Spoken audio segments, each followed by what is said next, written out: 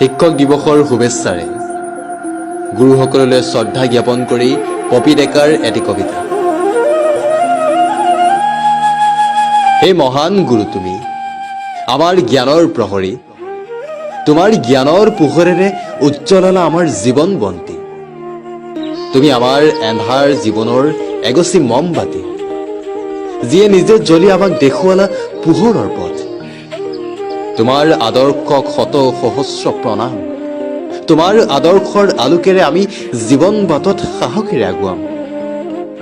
হে গুৰু, তোমাৰ জ্ঞানেৰে আমাক দিছিলা সৎ মানুহ হোৱা একোটি মন্ত্ৰ, তোমাৰ আদৰ্শক কেনেকৈ পাহৰিম? আউল বাউল লগা অংকবোৰ বাৰে বাৰে বুজাই দিছিলা, খং তুমি এবাৰো কৰা নাছিলা।